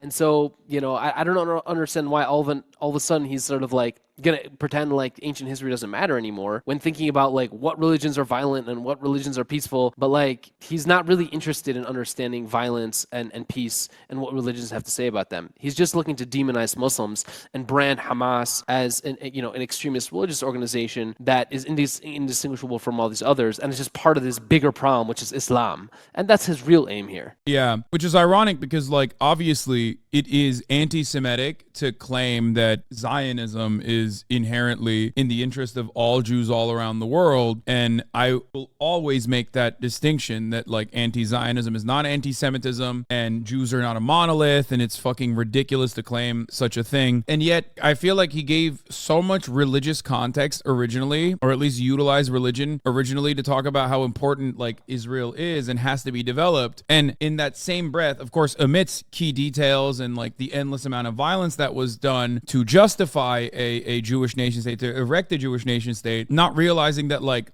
from that same reductive lens, that is ironic that you're saying that, like, oh no, we have a Jewish theocracy that we are interested in developing, interested in building, and that the building of said theocratic apartheid structure, of course, is like incredibly violent and forcibly expels everyone that is considered to not be a part of the in-group. And he ties it back to religion in the same way. In many ways, like, from a reductive lens, it's identical, but just with a role reversal. And one is an established nation state, so you understand that that's like appropriate, and the other is not. It's a militant group. Look, I think most historians, if not pretty much all historians of Israel-Palestine, agree that the issue is land, it's not religion. And I think the problem with this entire video is that he's obsessed with religion and wants to place religion at the center of the conflict. And guess what? Long before there was Hamas, long before there was Islamic Jihad, there was a fight over the land. And that fight over the land will continue long after Palestinians decide there are better ways of trying to reconquer that land than embracing kind of fundamentalist Islam. So again, like it really to me highlights his misunderstanding of the fundamental issue on the table here, which is that you have two people. One came from outside of Palestine and wanted to control Palestine. One was already living in Palestine and is defending Palestine from that conquest and from that invasion and from that occupation and from that siege. And that's the fundamental issue. And religion is exploited by both sides. It's used by both sides, but it's not the main issue. It's a tool. It's a weapon that is used. That's kind of how I would interpret things. And I think, by the way, the overwhelming majority of serious historians would agree with me. I don't subscribe to the narrative that you are only allowed to say good things about other groups and criticize your own. I actually want to be criticized. I want to be made to think, to be made to improve my ways. The Me Too movement. I really do hope maybe he'll see this video that will inevitably come out of this, where we like parse through all the things that he said, and maybe he'll just come out as like a rugged anti-Zionist. He's like, I started reading Ilan Pape, I started reading Finkelstein. I had no idea what was going on. If there were peace in all of the Middle East and only the Arab Muslim Palestinians were resorting to violence, I would say, okay, maybe we are in the wrong. But if the Palestinians were using violence before 1967 and before 1948, and almost all of the Arab Muslim countries are dictatorships with high levels of violence and low levels of human rights, then when I made that comment about how he's dehumanizing and he's being incredibly bigoted towards Muslims. I mean, this is exactly what I was talking about. Basically, if you just go back like 10 seconds, like he just makes his point that basically, look, there's nothing we can do because Muslims are just violent, and that's the problem. The Muslim world is huge. It has a lot of oil, and its failure has very little to do with colonialism. Look at the Jews. 1/3 of them were murdered by the Nazis. Israel has no oil, and it is surrounded by enemies, and yet we are successful. And it's not because of American money. Most of that money has to be used to buy military equipment from American companies. And besides, the Palestinians get way more money. We are successful because we are open-minded, think outside the box, invest in education. Israel gets way more money than the Palestinians. This is true outside the Middle East too. Look at Arab Muslim communities in Europe. The Palestinians if there were violent riots in Paris or Sweden, Rotterdam or London, maybe 800 million, which is now in the process of being taken away from them. So that there was a lie that was repeated there, but he's almost done. I mean, at this point, he's just. Yeah, he's just adding a couple. I really do appreciate it because, like, at the end of it, he just kind of really betrays the facts based analysis that he was supposedly offering, where he like omits key details and obviously tries to repeat like propaganda, make this position seem way more agreeable. And then the last like 6 minutes of it, as you said, is just straight like, and those Arab Muslims are fucking barbaric, brutal, racist, that want to kill everybody and throw gays off roofs, Like, Yeah, just it's just, yeah. And when the Israeli Arabs stop killing one another, then and only then will there be true peace. Please like and share this video with any friend who needs. yeah. He says Arabs need to like go against their values. Okay, got it. So that's what the problem is. Yeah, I mean, he really goes off the rails there in the last 6, 7 minutes, where he's stopped talking about Israel Palestine a long time ago, and now is just on a mission to brand all Palestinians as Islamic fundamentalists, and then pretend like the real problem here is Islam, which again is just like a real misreading of the situation on the ground in Israel Palestine. Kind of, you're misunderstanding what people are fighting over. His own like Jewish theocratic state is currently going through internal struggles as like the Supreme Court that is supposed to be a secular institution is becoming neutered, and the far right, down to people that are anti-miscegenation and anti-LGBT are seizing control of a right-wing government. And he claims he hates that. I don't know if he actually hates that or if he's just simply saying that to like push for his position and or maybe present his position as like somehow different than other people. But it certainly doesn't seem like he hates it all that much, at least on the land grab aspect of it. Yeah, but like I would never make the argument that Israelis are monolithic, is what I'm saying, or that all Jews are the same. I would never say that it's anti-Semitic as fuck. He takes the argument that I've seen a lot of both Israelis and Jews take over the years, which is that within the community, when we're speaking amongst ourselves or when we're speaking in Hebrew, we're happy to criticize our own. But when it comes to putting out, when it comes to talking about Israel and Palestine with the world, we're all exactly the same. We all support Israel. And by the way, I think that's why American Jews have been so reluctant and so hesitant over the past, call it 9 months, to speak out against what's happening within Israel, the quote-unquote judicial reform effort to basically completely neuter the judiciary and prevent them from having any oversight over government decisions, right? But I think, I actually take him at his word when he says I reject the Netanyahu government. I would just say that he's unwilling to talk about that with other people, even though, by the way, he himself have just said, like, I actually am open, his whole mantra is like, I'm open-minded, I'm happy to criticize anybody for anything. But in fact, it's very clear, I don't think he spoke out, he had literally zero negative things to say about the state of Israel. He had zero criticism over any action ever taken by any Zionist or any Israeli, which just kind of undermines this whole argument about sort of like being open-minded and so on. So, what's his disagreement with the Likud government? Like, what's his disagreement with the coalition government? As it pertains to the treatment of Palestinians, it seems like he's on board 100%. He also thinks like all Palestinians are Hamas for the most part, and then they're just like interested in doing more crimes and terrorism and nothing else. I don't see a disagreement there. I completely agree with you. I mean, when it really comes down to the key issues dividing Israelis and Palestinians, I think most Israelis, even on the left, kind of line up behind the right. I mean, look at what just happened with with this new unity government. You brought out, Yair Lapid, and you brought out Naftali Bennett. Or not Naftali Bennett, but Benny Gantz. You brought these guys out of the quote-unquote Israeli left. But like Benny Gantz is a great example, right? Benny Gantz is a great example. It's like these guys are, I mean, even the labor governments have all personally been involved directly in mass expulsion and like atrocities, both when they were in positions of power and even before when they were in the IDF, when they were serving as like a defense minister or some shit. I was just going to say Benny Gantz is the one who I think back in, was it 2014, bragged about sending Gaza back to the Stone Age. Yeah. That was how he campaigned. That was his political campaign. That was his platform. It was, look, you should elect me because I have committed war crimes against the Palestinians in Gaza. That's why I should be Israeli prime minister. And that's the Israeli left. Yeah, except for one exception, by the way. I must hype him up.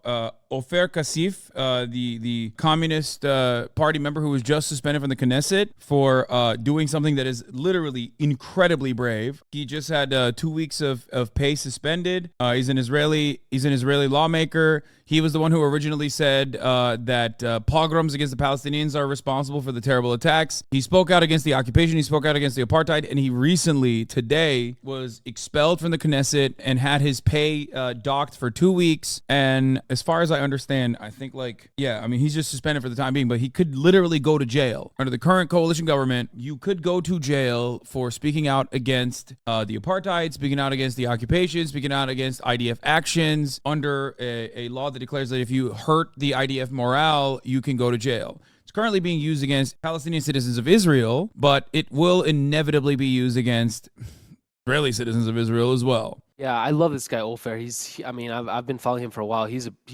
speaks truth to power. He's about as left as it gets on the Israeli political spectrum. And yeah, what's happening right now is with these new kind of emergency laws being put in place by the government it's Orwellian. I mean, have you seen the videos with Israeli police walking into stores in East Jerusalem? You know, the one where he grabs a Palestinian guy's phone and says, "Open it up, show me what Instagram posts you've shared recently." I mean, this is literally what George Orwell predicted in 1984. Police going door to door, looking and seeing what you're liking on social media. It's insanity. Yeah, I mean, Israel may be a democracy if you're a Jew, but if you're a Palestinian, it's a police state. Yeah, but the point is that in order to continuously justify the maintenance of a violent apartheid state, you know, you inevitably will take fascist measures such as this one, and that will end up harming the Israelis that feel comfortable in the in-group right now. If you might be an Israeli Jew thinking like, "Oh, well, I'm fine, you know, this is okay, this is all right, I'm genuinely scared, this is a security concern that I have, so I guess like at the end of the day, we got to be a little violent." And if you don't take a deep breath and recognize that, no, that violence is justified by a more restrictive government apparatus and a military state, that out-group will inevitably grow and that in-group will inevitably shrink, and you might find yourself outside of that in-group before you know it. I don't know what to tell you. This is the whole principle behind the famous poem of like, first they came for the communists. I said nothing because I wasn't a communist, right? Like that's what that was. It was the crippling slow burn of fascism, and how slowly but surely this suicidal pact ends up pushing you into the out-group as well. Yeah. Listen, Hasan, this has been a real pleasure. Thanks so much for having me on your stream. Thank you so much for coming on. It's been a lot of fun. It's been my pleasure, and yeah, I just wanted to say thank you for having me on, and I really love chatting with you, and I'm really happy we did this because literally, I kid you not, I had multiple friends send me this video asking for being like, "Dude, you have to talk about this video. You have to produce some content about this video," and then literally the next day you pinged me. So just wanted to say thanks again. Yeah, no, thank you so much for coming on. You were wonderful, and I hope to talk to you again. Is there anything you want to promote other than PalestineNexus.com? Like, if you want to follow me on Twitter, my hashtag is _Zach Foster, and you can follow me on Instagram. I don't even fucking know what my handle is over there. And yeah, just subscribe to my newsletter. That would be awesome. Yeah, it's PalestineNexus.com, and the name of the newsletter is Palestine in Your Inbox. All right. Eyvallah. Hadi bye bye. Okay, hadi görüşürüz abi. Hadi görüşürüz. Yallah. Hadi bye bye. All right, that was Zach Foster. Like I said, that was a wonderful. What the fuck? Wait, what time is it? It's fucking 5. I had him on at 2. I had him on for 3 hours, dude. God damn. 3 hours. That's crazy. The things I make people put up with, it's unimaginable. You know what I'm saying? It's just like, how the fuck am I allowed to do such horrifying things to people? I don't know.